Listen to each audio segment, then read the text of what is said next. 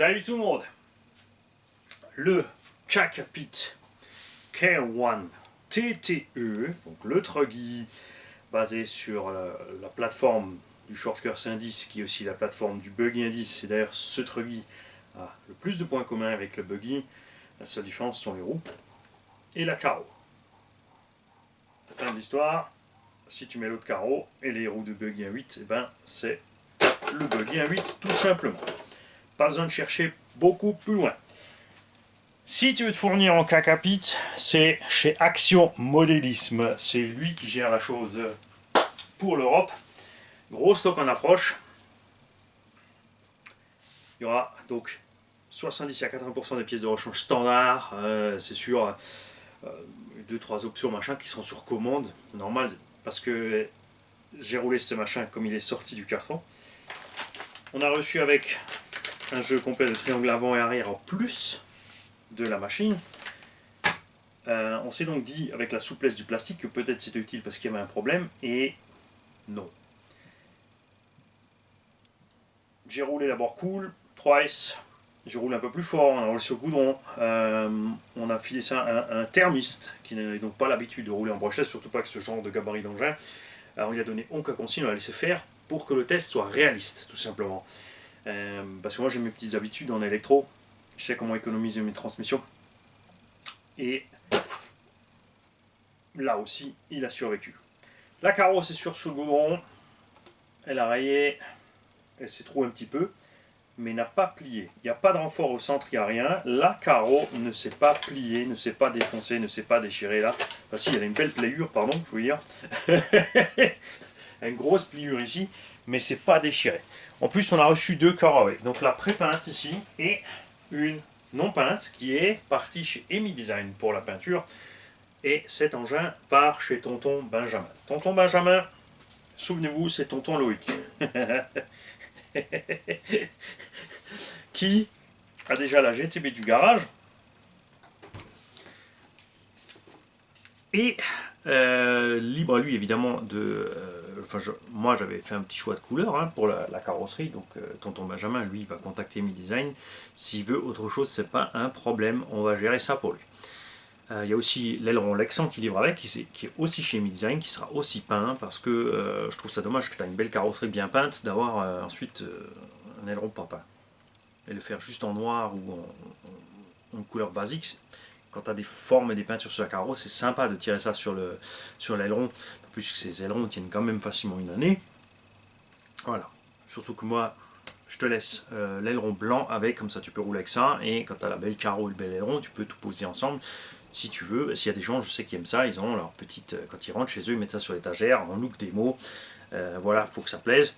Moi, je roule et je pose comme ça. De temps en temps, ça me prend, mais c'est quand même finalement rare. C'est juste sympa de temps en temps, c'est vrai que d'avoir des belles carreaux nouveaux. Full CVD et tout a tenu sans problème. On a un marquage des noix léger sur l'arrière. Et encore, quand je dis léger, je veux dire léger. On a un peu plus prononcé au centre, mais toujours dans l'acceptable. Rien d'extravagant avec tout ce qu'on lui a fait.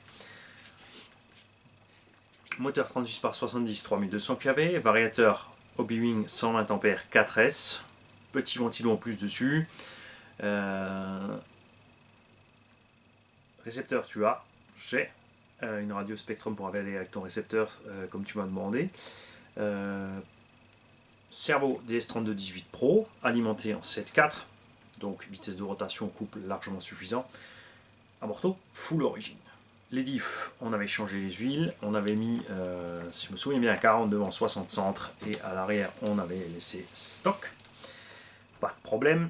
La voiture n'a pas vu la flotte, donc je ne l'ai pas lavée à la flotte. Elle n'est pas super méga propre comme j'ai l'habitude de les faire, mais j'ai pas vraiment envie de la tremper ensuite pour la démonter, la remonter, vu le peu de nombre de runs qu'elle a fait. On a passé un bon coup de soufflette et de pinceau, un coup d'huile partout où il faut, et après tout ce que tu as à faire c'est rouler. Le dessous, comme on a roulé sur circuit, on a des traces des vibreurs, on a le goudron dessus. Alors j'ai pas nettoyé avec un produit, justement je voulais pas utiliser un produit trop balèze, ne voulant pas abîmer le châssis, j'ai pas frotté non plus, pour enlever plus que ça. Le surfaçage est bon. Mais je le répète, j'ai pas envie, si je vais frotter, je sais que je vais quand même l'abîmer, je vais y aller avec un Spontex ou un truc, ça va quand même rayer, donc ça sera, tu feras comme tu veux toi, tout simplement. On a depuis le début donc ce jeu dans les portes fusées arrière, ça n'a pas bougé, ça s'est pas empiré, ça s'améliore jamais non plus, c'est pas très grave. À l'avant on en a moins. On se posait des questions aussi sur la capacité des renforts de châssis ici à gérer le flex et ben nos problèmes. Cardan central arrière a un tout petit minime voilage, mais rien d'inhabituel. La plupart des engins, de toute façon, tu reçois des cardans un peu voilés au départ.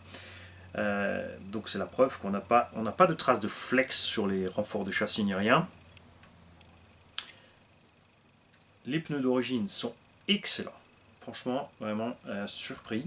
Je pensais pas que ce serait aussi bon avec cette mousse si tendre dedans, mais vous l'avez vu face au Rustler, les pneus d'origine Traxxas n'ont aucune chance face à ça sur le même terrain. C'est vrai, ce qu'on aurait dû se prendre le temps, c'est de mettre ces roues-là sur le Rustler pour vous montrer la différence.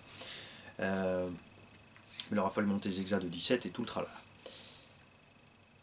Direction, aucun problème non plus. Les biellettes ne sont pas tordues, les chapes ne sont pas ovalisées, rien du tout. Franchement, chapeau. Mani, il est content. Mani, il n'a pas envie de se séparer, mais j'ai pas de place pour tout. J'ai pas de place pour tout. C'est comme ça, à un moment, il faut le laisser partir. Surtout que là, on arrive à la saison où toute la nature pousse, et quand la nature pousse, et ben, c'est là précisément que je me sers le plus de mes gros bébés 1.6, 1.7, parce que t'es tranquille, ça passe partout. La couronne centrale en plastique avait pris une pierre. On avait donc changé l'entredent. Figure-toi que j'étais persuadé que ça allait lâcher, hein, parce qu'il manque la moitié des dents. Aucun problème. On a fait 5 packs en 3S avec, comme une furie derrière. D'ailleurs, le pignon qui est dessus aussi, on est bien placé pour du 3S. Si tu mets de la 4S, pense à mettre un pignon plus petit. Alors, il est fourni avec. Tu as ici un pignon de 13. Tu as toutes les pièces encore d'origine en rab, Kakapit, la notice. Donc les triangles. Et ce que je t'ai pris en plus, puisque la couronne en Elrin est endommagée, je t'ai pris en plus la couronne acier de 44 dents. Option. Comme ça, tu es tranquille avec ça. Tu as le petit trilili de l'antenne. On va tout mettre ensemble d'ailleurs. Tu as la boîte d'origine.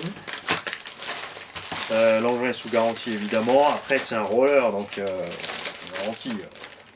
Pas grand chose à faire. Hein. Tu es tranquille. Ce que je savais pas au moment de commander, c'est qu'ils existaient en kit. J'avais pris les ARTR.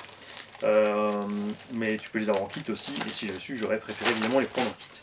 Tu as livré avec, hein, c'est d'origine. La petite housse.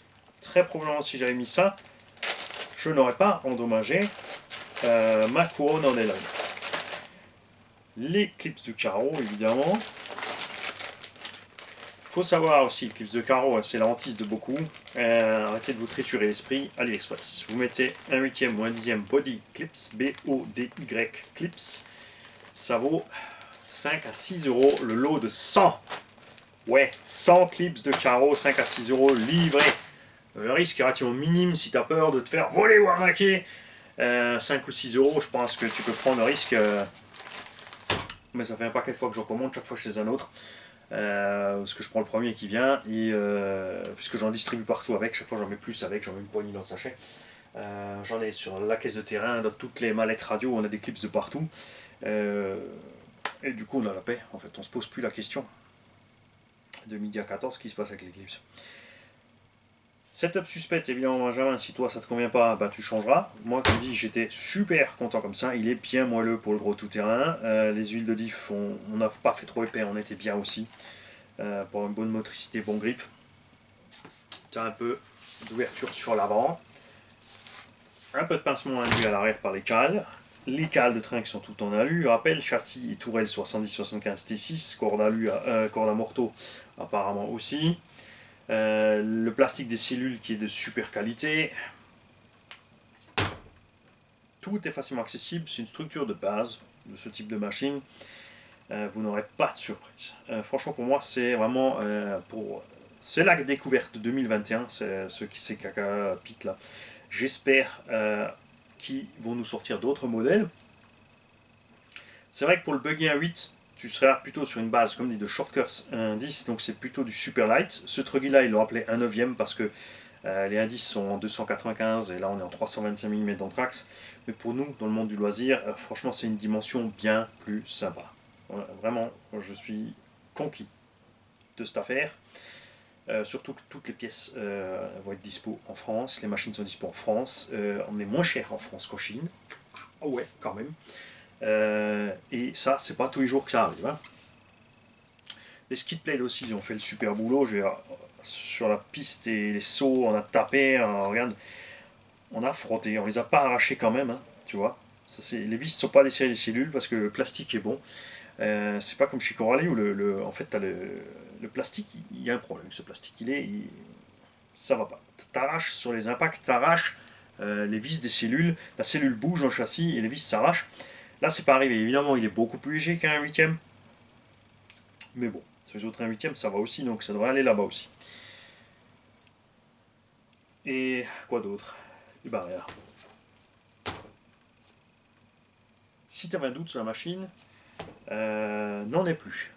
Prends-toi là, si tu as envie de la prendre. Moi, ce qui me plaît, c'est le tarif. Tu es à 370€ le roller à poil. Donc, on est moins cher que tout ce qui est Losi NSC 3.0.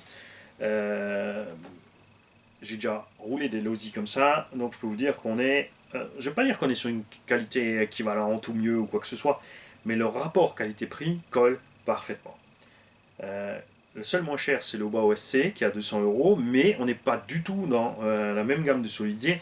Surtout, c'est un temps avec Obao, on a eu des sales surprises de plastique et de roulement et de qualité des cadres. Mon premier SC Obao que j'ai eu, on avait roulé même avec un moteur 1.8, on y a poussé jusqu'à 4S, on l'a envoyé à 90-100 et la transmission a tenu, alors que c'est une petite transmission de SC110, c'est pas de 1/8ème. Et au fur et à mesure, ça s'est un peu dégradé. On a les cardans qui flexent plus vite, les plastiques fusent échappent, tout ça, il y a pas mal de monde qui a cassé. C'est des problèmes qu'on n'avait pas à l'époque. Alors Obao est en train de faire ce qu'il faut, on espère que ça va aller vite, qu'ils vont réussir à retomber sur leurs pieds et qu'on va vite passer à travers ce mauvais épisode. Et voilà. Et puis c'est tout. Je t'ai mis, comme c'est fourni d'origine, toutes les petites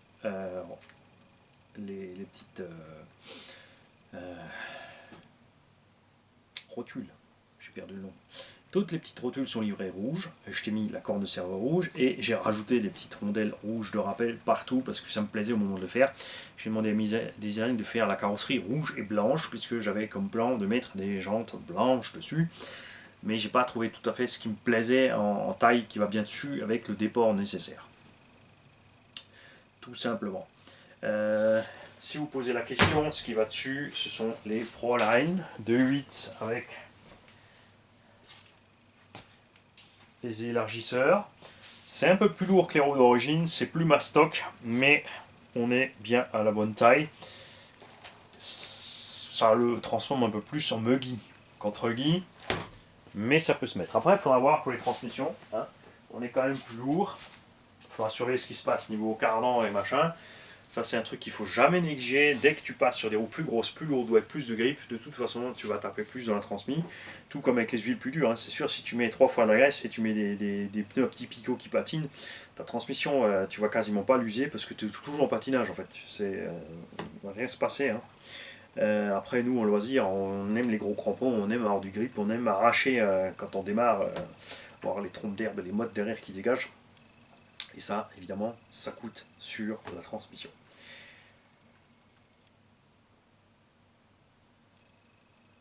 Ouais, j'essaie de réfléchir, mais je suis blond, hein, je fais ce que je peux, j'ai du mal. Salut à tous, et tiens-nous au jus évidemment, tonton Benjamin, quand tu auras récupéré le véhicule. C'est ta première impression, et ensuite on espère voir de toi, comme on a vu, de la... Non, d'ailleurs, hey, tu nous as pas fait des vidéos de la GTB, c'est quoi cette histoire? On va voir des vidéos de la GTB, et puis après tu vas t'atteler à nous faire des vidéos de celle-là. Salut tous. Salut tout le monde, salut à tous. Fini, fatigué, Mani. C'est l'heure du dodo. Il n'y a plus personne. Pas la plus. Pas plus.